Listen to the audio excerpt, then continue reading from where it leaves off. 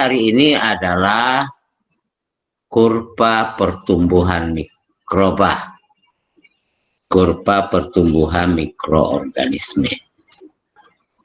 Nah, setiap orang yang bekerja dengan mikroorganisme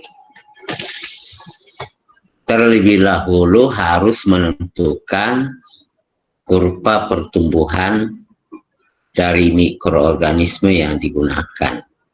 Oke. Untuk apa menentukan kurva ini?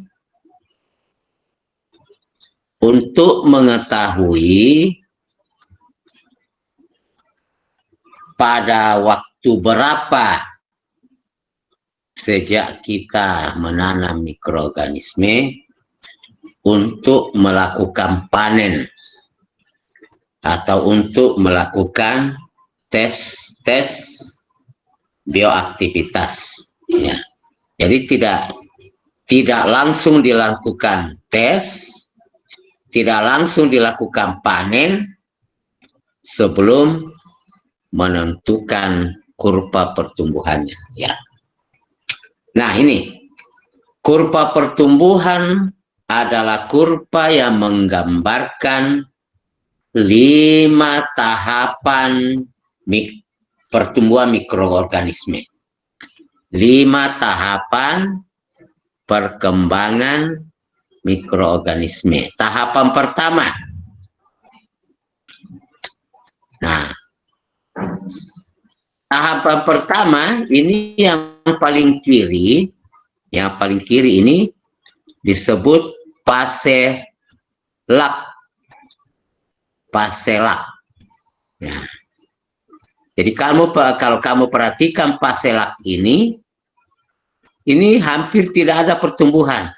Kurva ini hampir rata, tidak ada kenaikan. Ya, fase lak. Tidak ada kenaikan. Kenapa tidak ada kenaikan? Pada fase ini praktis mikroorganisme belum memperbanyak diri karena masih menyesuaikan dengan lingkungan barunya.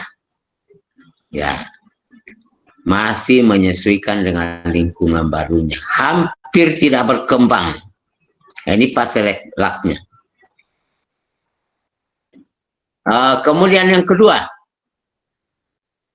disebut fase logaritme atau fase pertumbuhan cepat. Nah, pada fase ini pertumbuhan mikroorganisme berlangsung sangat cepat dibandingkan fase lainnya, sehingga kurvanya kelihatan langsung meningkat cepat sekali ke atas.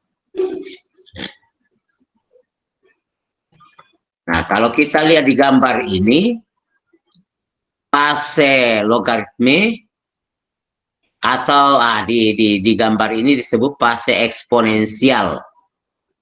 Jadi fase logaritme atau fase eksponensial adalah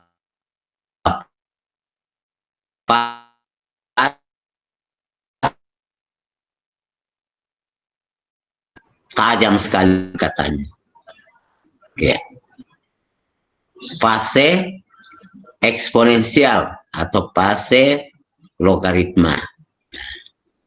Jadi setelah melewati fase pertama tadi, fase lak, nah, masuk pada fase eksponensial atau fase logaritme.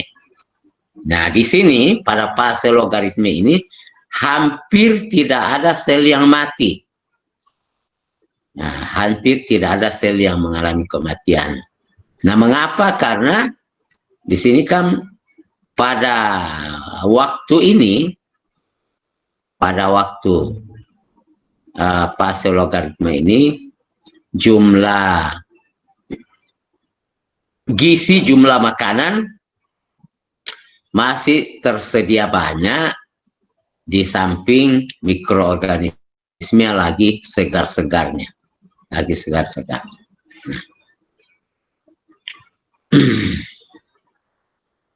Yang ketiga disebut fase lambat. fase lambat. Ya. Pertumbuhan mulai melambat karena sudah mulai terjadi kematian. Di samping persediaan makanan sudah mulai berkurang. Fase lambat. Nah, dalam kurva ini tidak ada fase lambatnya dia. Sebetulnya masih ada fase sesudah fase eksponensial.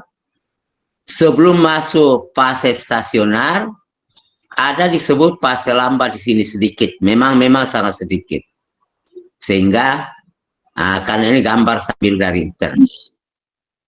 Yang pembuatnya itu mengabaikan fase lambat itu. Jadi mestinya dia di sini.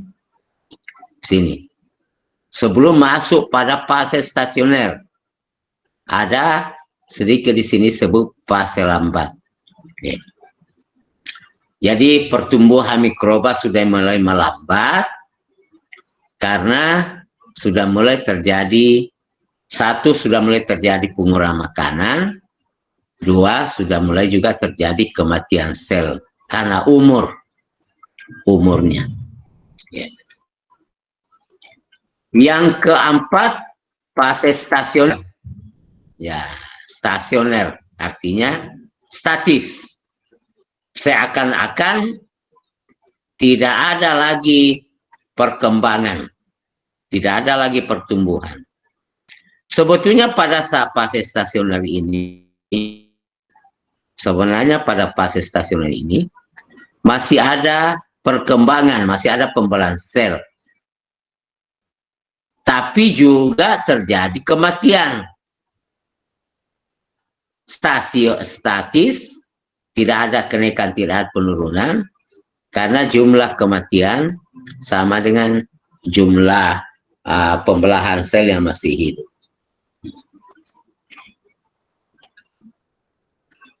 Nah ini yang disebut dengan fase stasioner.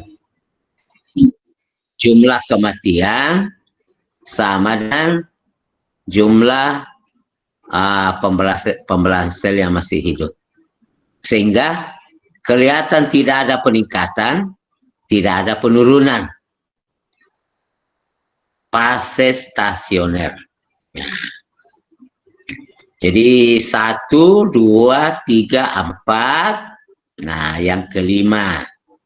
Yang kelima ini yang menurun, kurva yang menurun, dikenal dengan ini fase kematian.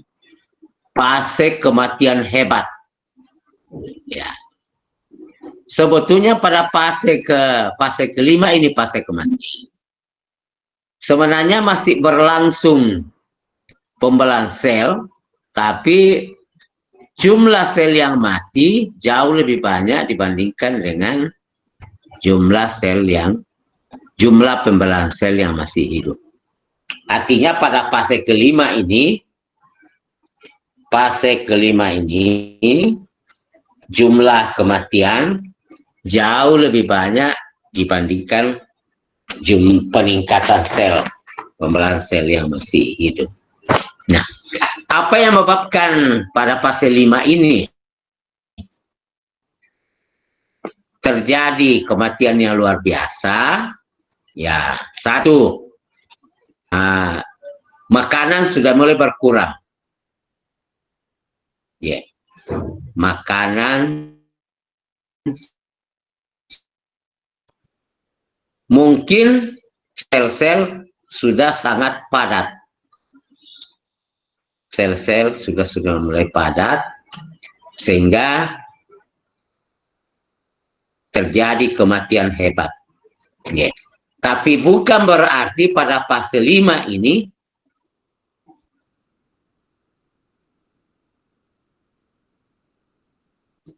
habis sama sekali selnya, tidak. Sudah mati. Yeah. Nggak mati. Saya ulangi, yang menyebabkan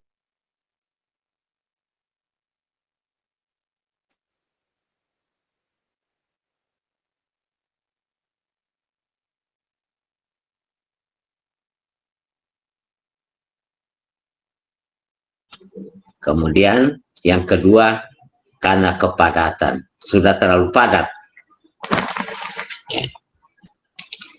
Nah, ini yang disebut dengan kurva pertumbuhan mikroba. Jadi kurva yang menggambarkan 5 tahapan perkembangan mikroba. 5 tahapan itu, pertama paselak. Yang kedua fase logaritma. Yang ketiga fase pertumbuhan yang melambat.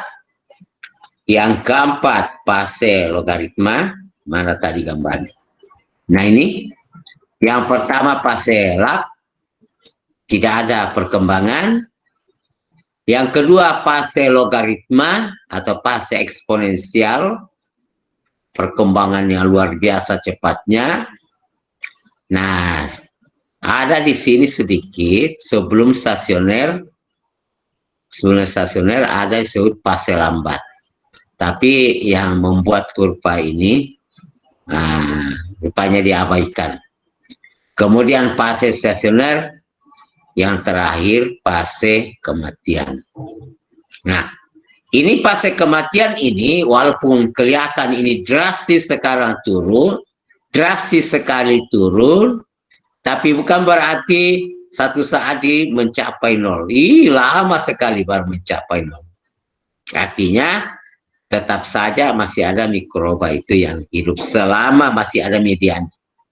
Kecuali kalau mediannya sengaja dirusak. Tapi selama media itu masih disimpan, tetap saja masih ada mikroba. Jadi berarti ini kurva ini tidak akan pernah mencapai nol. Tidak akan pernah mencapai nol. Sama di sini awalnya. Kenapa bukan nol? Karena memang ada mikroba yang kita tanam, kita masukkan dalam media, dan ini sudah berlangsung beberapa menit. Nah, sudah berlangsung beberapa menit. Bahkan bukan lagi menit, tapi jam. Ya, jam. Sudah berlangsung beberapa jam. Ya. Nah, ada pertanyaan sampai di sini? Halo? Halo? Aduh. Pada tidur ya? Iya, Pak. Ya. Tidak, Prof. Ada nggak perhatikan ini? Iya, Prof. Iya, Prof. Iya, Prof. Ada yang mau ditanyakan? Sampai di sini? Tidak ada, Prof. Tidak ada, sudah paham. Oke. Kalau tidak ada, kita pindah ke PPT berikutnya, cara menentukan kurva pertumbuhan. Cara menentukan kurva pertumbuhan. Ya, langkah pertama, siapkan sejumlah media cair yang steril dalam Erlenmeyer. Ya, tidak usah Erlenmeyernya yang besar kecil saja. Cukup Erlenmeyer 100 ml. Nah, ukuran Erlenmeyernya 100 ml. Mungkin medianya ya tidak usah 100. Nggak boleh penuh. Medianya ya cukup 50 ml. Dia jadi setengah, seperdua dari Erlenmeyer itu diisi dengan media. Ya namanya media steril, berarti media di dalam Erlenmeyer itu sudah ditutup dengan kapas, kemudian autoklaf. Ya.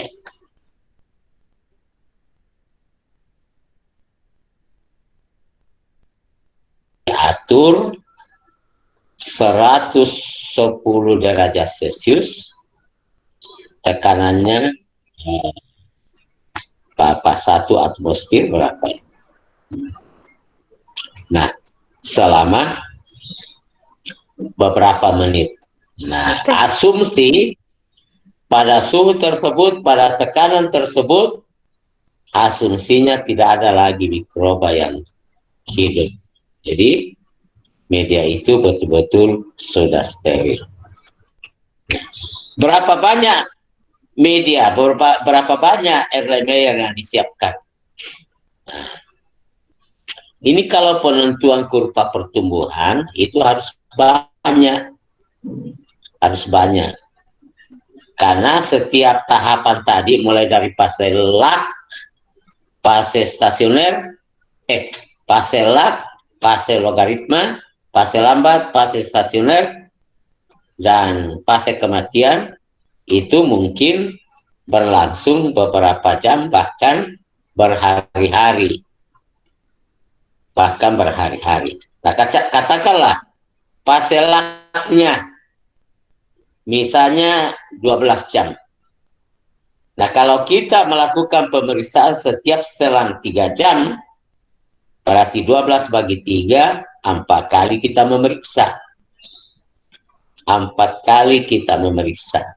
Berarti sudah ada 4 Erlenmeyer. Sekarang fase pertumbuhan cepatnya. Kalau misalnya 2 hari. 2 hari berarti 48 jam. 48 jam bagi 3 jam, kalau kita memakai selang 3 jam, 48 bagi 3 berapa?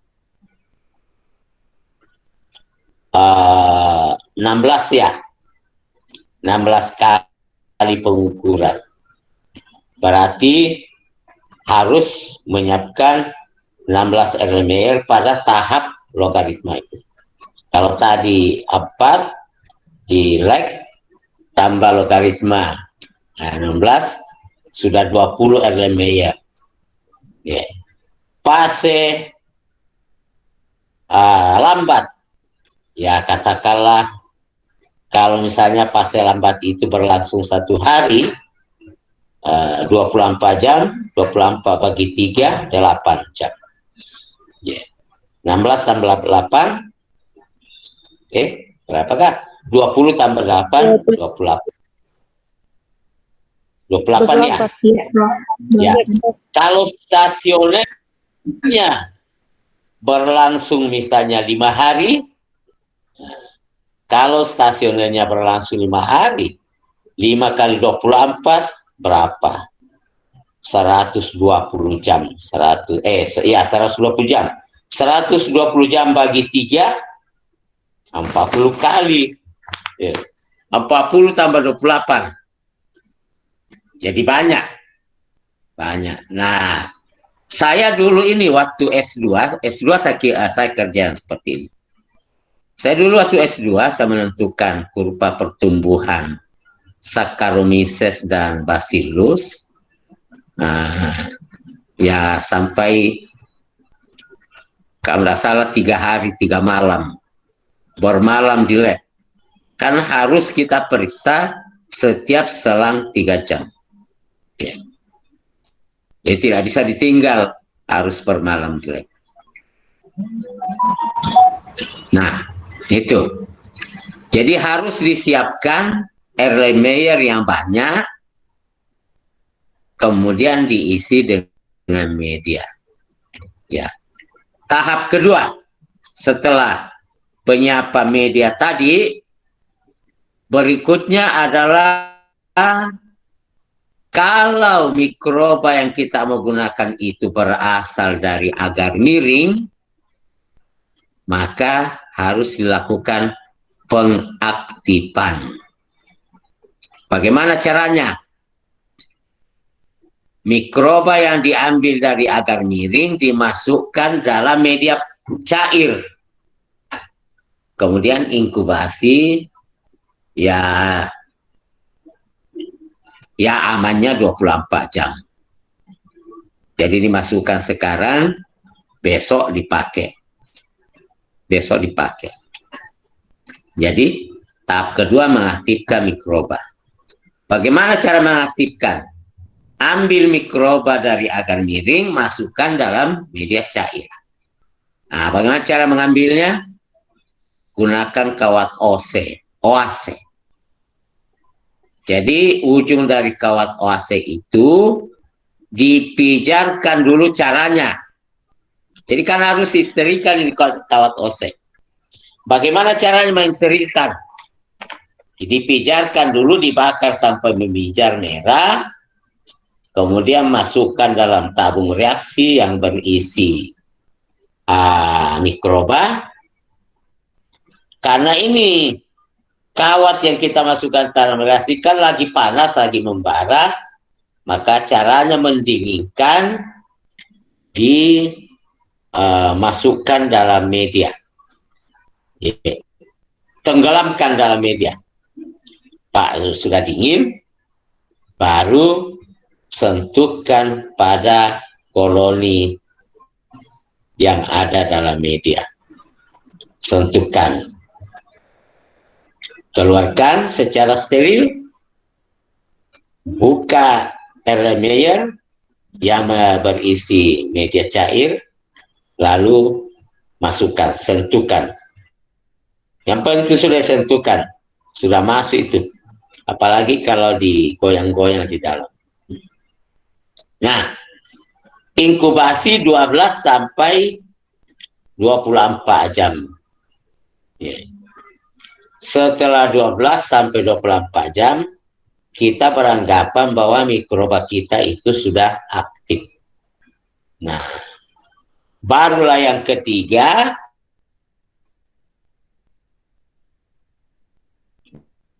dari mikroba yang sudah aktif itu dimasukkan ke dalam sejumlah media yang ada di elemen. Masukkan, isi semua secara bersamaan. Setelah itu inkubasi. Biasanya inkubasinya itu ditaruh di seker, ya itu seker gelas istilahnya, karena biasanya bahan gelas sisa diberikan ditaruh di situ. Jadi itu elemen telah diisi dengan mikroba tadi, yang disudah tanam mikroba, dijejer di atas seker, atur suhunya, suhu kamar kalau perlu diatur. Kalau suhu kamarnya ya biasa, nggak perlu diatur suhu. Jalankan seker. Kenapa jalankan seker? Supaya elemennya senantiasa goyang. Jadi mikroba itu tersebar secara merata di dalam media cair yang digunakan. Berikutnya,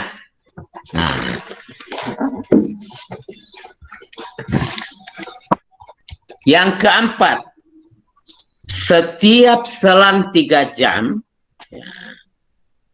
mikroba yang diambil tadi, ambil satu Erlenmeyer, yang lain jangan diganggu. Ambil satu,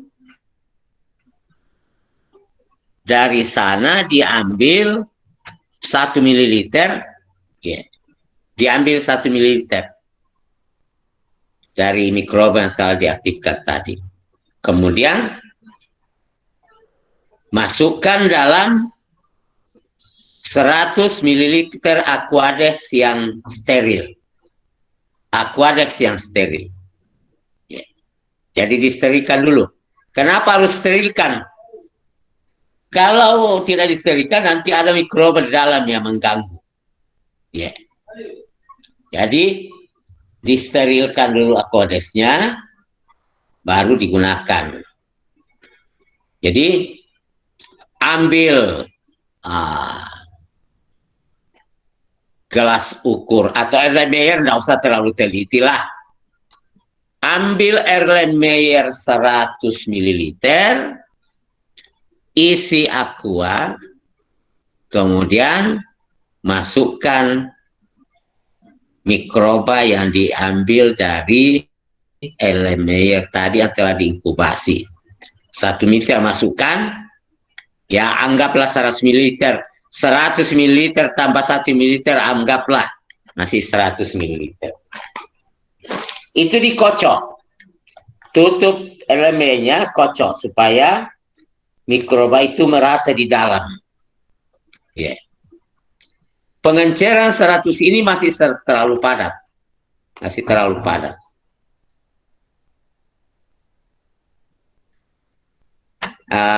Sebaiknya diencerkan kembali. Ambil lagi 1 ml. Ambil 1 ml ya, dari pengenceran 100 ini. Itu diambil 1 ml. Kemudian encerkan lagi menjadi 100. Yeah. Nah, pengenceran pertama tadi pengenceran 100. Pengenceran kedua sudah pengenceran 100 kali 100, 10.000.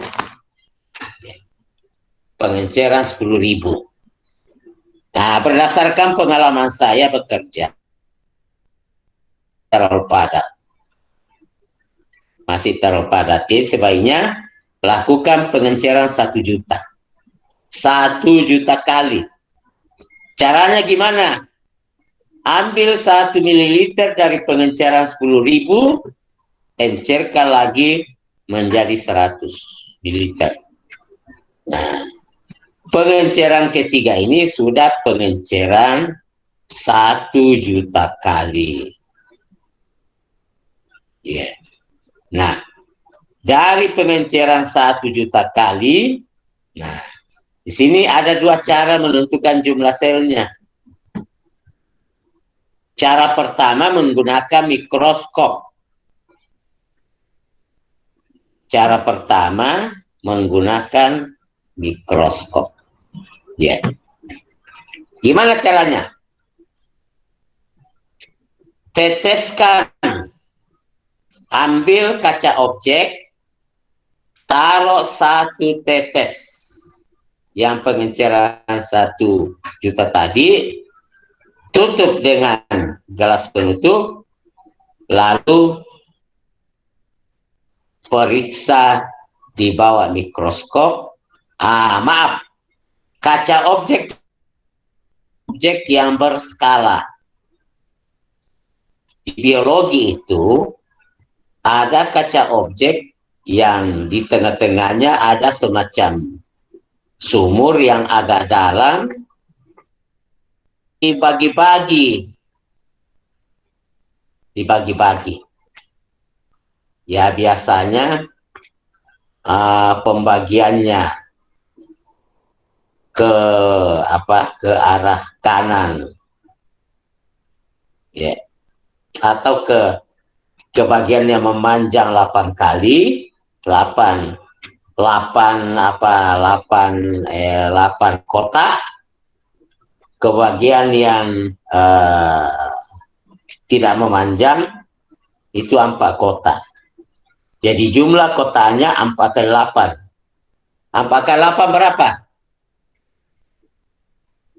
Halo? 32. 32. Jadi kaca objek itu memiliki kotak sebanyak 32. Nah, tadi setelah yang pengenceran 1 juta kali itu dimasukkan 1 tetes ke dalam kaca objek, intip di bawah mikroskop, Anda bisa melihat jumlah selnya.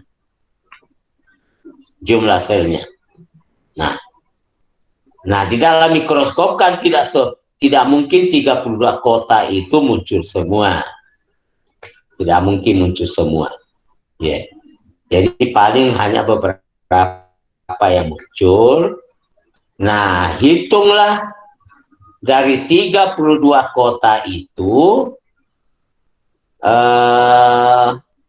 jumlah kota kesampi tadi kan 4. Jumlah kota yang memanjang 8. Yeah. Caranya ambil satu baris kota yang 4 tadi. Nah, hitung berapa banyak sel yang Anda temukan dalam 4 kota itu.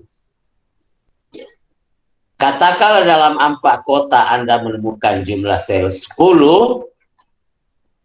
berarti per kota berapa? Anda temukan 10. Berarti setiap kota berapa? Halo? Halo? 2 lebih, Pak. Ini di perkuliahan atau gimana ini? Berapa? 2 lebih. 2,5. Setengah lah. Iya, 2,5. Tapi kan tidak ada sel 2,5. Tapi rata-rata. Jadi kalau kita menggunakan 10 kota, 4 kota, kita menemukan 10 sel, berarti setiap kotaknya rata-rata 2,5 sel. Walaupun tidak ada setengah sel, tidak ada. Rata-ratanya. Kalau rata-ratanya 2,5 sel per kota, berarti dalam 32 kota tadi berapa? Berapa? Coba matematikanya. Kalau per kota 2,5, dalam 32 kota berapa? 75, Prof. 75 ya. Iya. 80. 80, Pak. 10, Prof. 32 kali 2, 64. 64 tambah 12. 80. 70. 76. 76, Prof. Nah, 64 tambah 76. Iya. Itulah yang ada dalam satu tetes. Itulah yang ada dalam satu tetes. Ya. Yeah. Kalau satu tetes itu 1 mililiter, berapa tetes kira-kira? 1 mililiter berapa tetes? Kalau saya tidak salah, 1 mililiter itu ekivalen dengan 5 tetes. Dianggap 5 tetes. Bukan 20, Prof. Hah? Bukan 20. 20 tetes? Iya, Prof. 20 atau 5? Ya. 20 saya lihat, Prof. 1 tetes. 1 mili 20 tetes.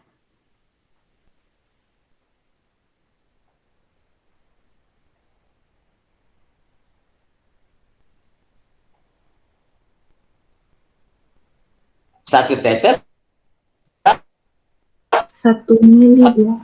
Mili 1 20. 5 tetes.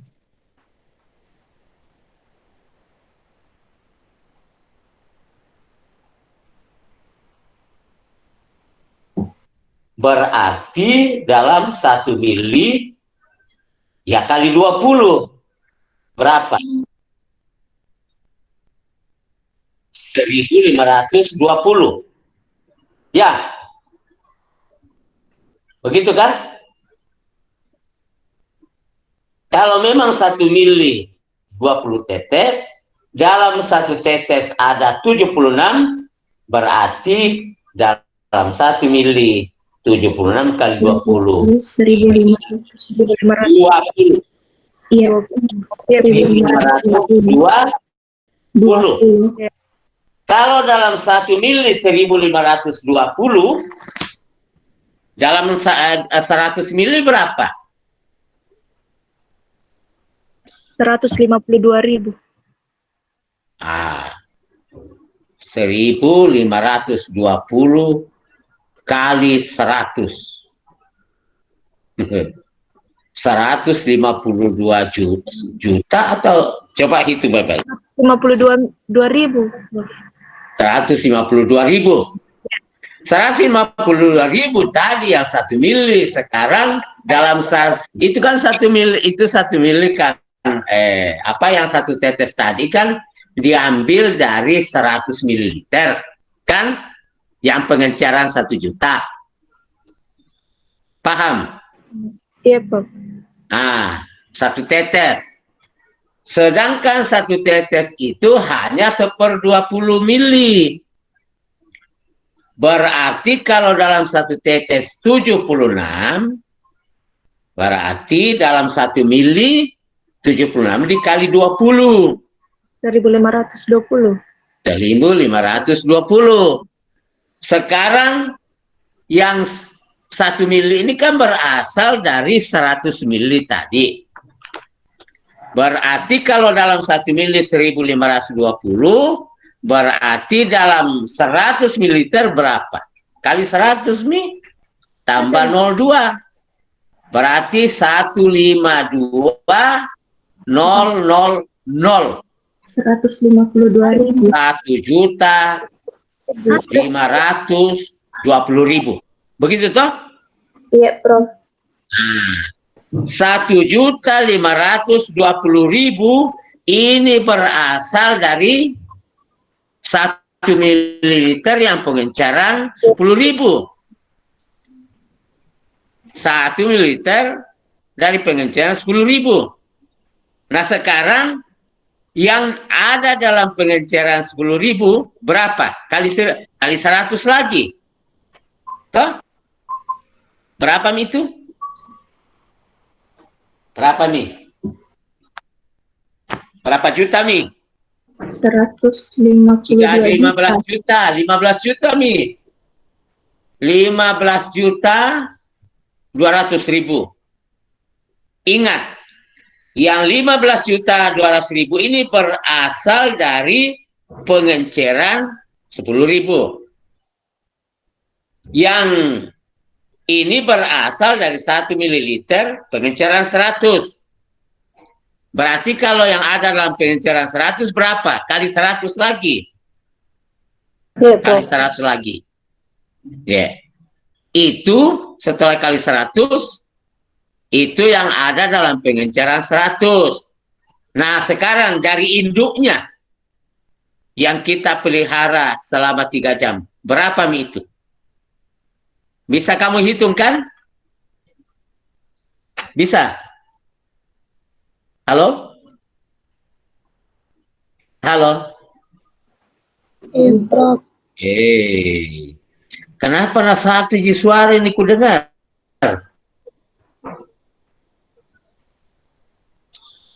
Sepertinya yang ngomong ini hanya 1 orang.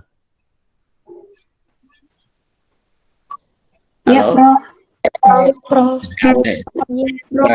Kamu perhatikan jika ini. Bisa kamu hitung itu. Berapa sel yang ada dalam indukan tadi yang telah dipelihara dalam yang telah dipelihara. Nah, saya mau tes. Coba seandainya yang 1 tetes dari pengenceran 1 juta,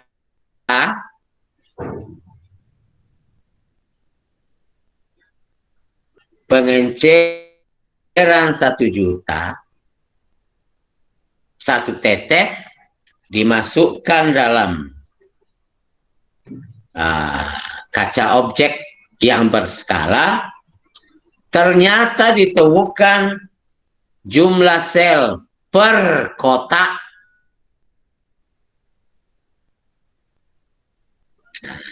kalau tadi kamu ingat, tadi kan 10, sekarang saya turunkan jadi 5.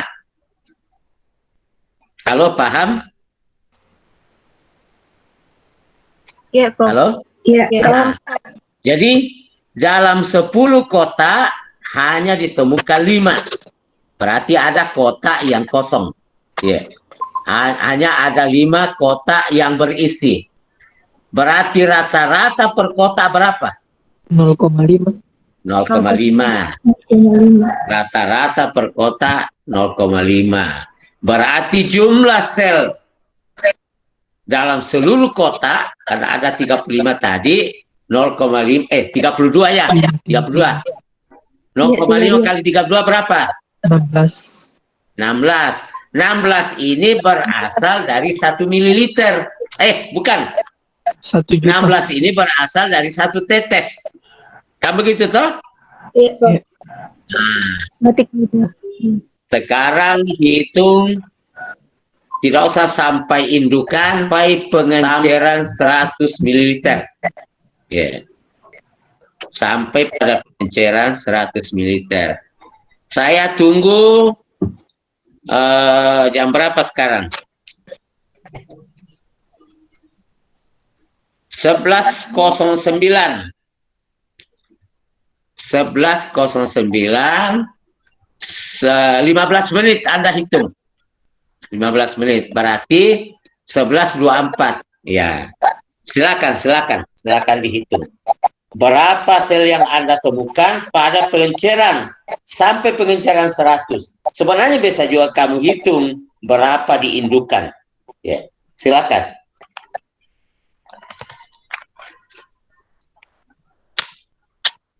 Pengenceran 1 juta tadi, Prof. Ya kan ya, yang ditanam itu, yang diukur itu, yang diambil 1 tetes yang pengenceran 1 juta. Toh? Oh, iya. Nah, kamu tentukan berapa sel di pengenceran 1 juta, berapa sel dalam pengenceran 10.000, berapa sel dalam pengenceran 100. Nah, kalau mau sampai dulu lebih bagus. Ya silakan. Ya.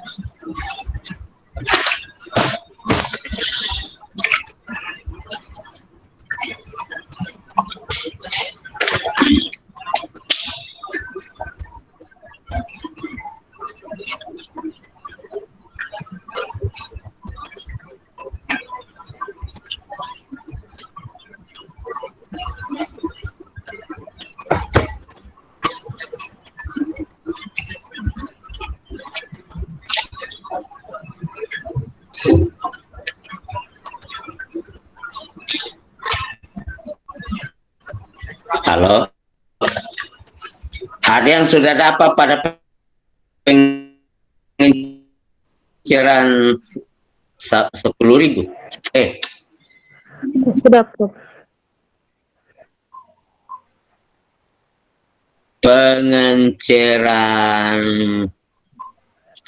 Pengenciran 1 juta berapa? 320 juta.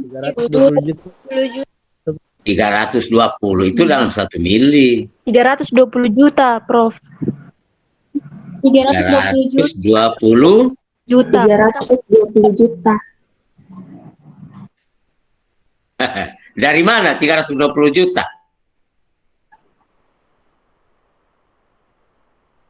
Dalam 120, dalam 200 mili berapa? 640.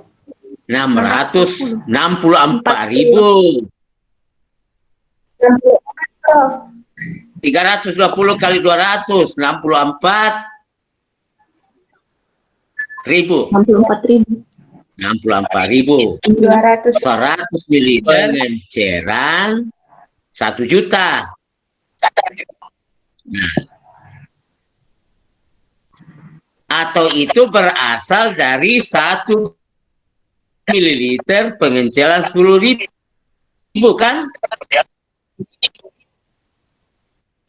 Ya, itu kan? Iya, Bro. Iya. Berarti 10.000 berapa? Berarti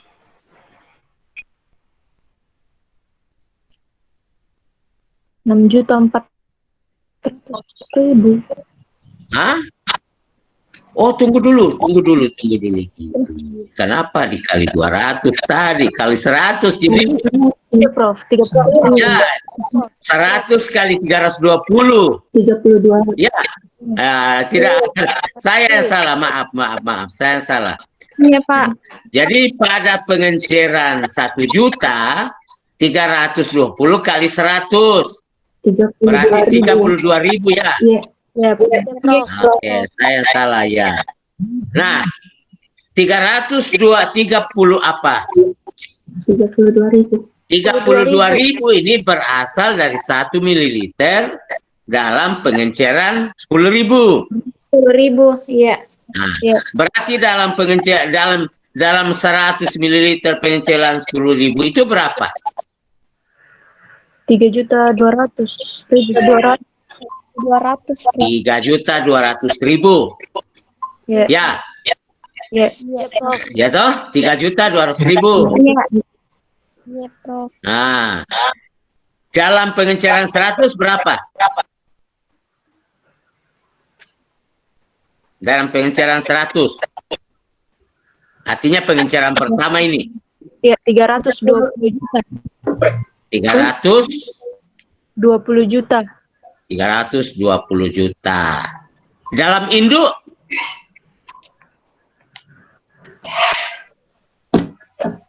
induk berapa? Berarti 3 Tambah 20. Iya, tambah 20. 320 juta tambah 20 32 miliar. berarti 32 32 miliar. Miliar. 32 kali 10 pangkat berapa? 1, 2, 9. 9. Pangkat 9. Gila. Nah, itulah jumlah sel yang ada dalam pengukuran pertama setelah 3 jam. Setelah 3 jam. Ya. Nah, itu ditaruh pada, anggaplah. Jadi berapa sel sebelum 3 jam? Itu maaf, mestinya dihitung juga itu. Tapi biasanya itu kurang lebih, karena itu biasanya itu masih pasel lah, sehingga kurang lebih sama dengan itu. Tapi idealnya sebelum kita menghitung yang 3 jam, kita menghitung yang 0 jam. 0 jam. Cara menghitungnya gimana? Nah, itu tadi lewat pengenceran berulang kali. Ya, pengenceran berulang kali. Tadi itu, ya tadi saya bilang, menentukan jumlah sel ada 2 cara. Ya, kalau ada mikroskop, lebih bagus pakai mikroskop. Lebih murah. Karena hanya pakai Aquades. Ya, lebih murah. Kalau tidak ada mikroskop, bisa juga menghitung koloni. Hanya kalau menghitung koloni ini boros, karena kita harus menyiapkan lagi media agar dalam cawan Petri. Bagaimana caranya? Kalau menggunakan media agar menghitung koloni, itu yang pengenceran 1 juta tadi dituangkan secukupnya ke dalam media agar miring, kemudian diusahakan semua permukaan media dikena cairan yang di pengenceran tadi. Usahakan bagaimana caranya menggoyang-goyang supaya semua kena. Nah, nanti kelebihan cairan dibuang. Tidak boleh ada cairan tergenang. Buang, inkubasi. Inkubasi selama 24 jam. Kalau 24 jam belum bisa diamati, jadikan 48 jam. Nah, setelah 24 atau 48 jam, perhatikan koloni yang muncul. Perhatikan koloni yang muncul. Hitung jumlah koloni. Setiap koloni itu dianggap 1 sel. Nah, kalau pengenceran 1 juta, tidak akan ada sel yang masih berdempetan. Pasti berjauhan semua. Sehingga koloni-koloni yang muncul itu dianggap berasal dari 1 sel. Hitung jumlah koloninya. Hitung jumlah koloninya. Nanti jumlah koloni yang diperoleh dikonversi ke dalam volume yang dituangkan di dalam Petri tadi. Jadi sama. Tapi sekali lagi mungkin zaman sekarang tidak ada lagi laboratorium yang tidak ada mikroskopnya. Sehingga perhitungan jumlah sel menggunakan media agar dalam cawan Petri ini mungkin sudah tidak ada yang lakukan. Ya. Umumnya menggunakan mikroskop. Karena dengan mikroskop lebih mudah. Lebih mudah dan lebih murah. Karena hanya gunakan Aquades. Kalau menggunakan cawan Petri, harus menyiapkan media. Nah, harga media mahal. Oke. Oke? Iya, Pak. Sampai di sini ada yang mau didiskusikan? Halo? Yep. Yep. Ada yang didiskusikan? Masih bisa Pak bertanya yang soal tadi, yang kurva pertumbuhan mikroba tadi gangguan Google Meet-ku. Kenapa? Yang kurva pertumbuhan mikroba, Pak. Iya, itu tanya itu. Apanya mau Oh iya, ditanya? ada tadi tuh Pak yang fase lambat, yang ketika di situ semakin berkurang kebutuhan makanannya mikroba. Nah, pertanyaanku itu apa faktor yang sebabkan kebutuhan makanannya ini berkurang pada fase lambat itu, Pak? Jika habis bila makan. Oh, Mikroba jadi itu kan maksudnya makan. Hah? yang pasnya itu Pak di dalam media Mi. Iya.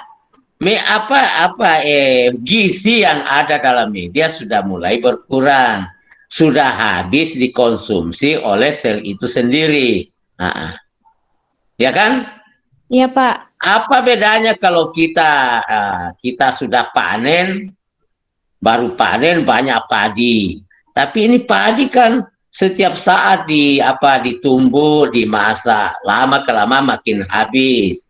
Jadi kalau tidak ada produksi baru, padinya habis, tidak ada lagi dimakan, ya satu persatu mulai mati manusianya. Ya, kehabisan persiapan. Ya, sudah habis karena dikonsumsi oleh sel itu sendiri. Ya, gitu Dik. Iya Pak, paham. Makasih Ya, Pak. ya, yang lain masih ada. Mau ditanya? Halo? Halo, masih ada yang mau ditanya? Kalau saya tidak, Prof. Hah? Nggak ada lagi. Tidak. Jangan lupa absen sudah tutup absennya ya. MIPA Iya, Learning. Pak. Jangan lupa setiap perkuliahan isi absennya di MIPA Learning. Ya. Masalahnya kan itu MIPA Learning kan diwajibkan dipakai. Tapi banyak keluhan MIPA Learning katanya kadang-kadang susah masuk. Iya. Iya Pak. Ada juga begitu, Prof. Hah? Kenapa? Saya juga tadi begitu, Prof. Susah masuk. Iya, Prof. Makanya saya pilih Google Meet ini. Kenapa tidak pakai Zoom? Katanya keluhan mahasiswa juga Zoom mahal. Cepat sekali ambil pulsa. Ya. Yeah. Lebih murah ini toh, lebih praktis ya. Oke. Kalau tidak ada lagi yang ditanya, saya tutup pertemuan kita. Ingat ya, minggu depan kita kuis lagi. Ya, kuisnya sedikit, ya mungkin ya maksimal 10 nomor. Khusus untuk ini, oke? Iya, Pak. Iya, Prof. Iya. Oke. Ya, saya akhiri. Assalamualaikum warahmatullahi wabarakatuh. Selamat siang. Waalaikumsalam warahmatullahi wabarakatuh. Terima kasih, Prof. Waalaikumsalam warahmatullahi wabarakatuh. Waalaikumsalam.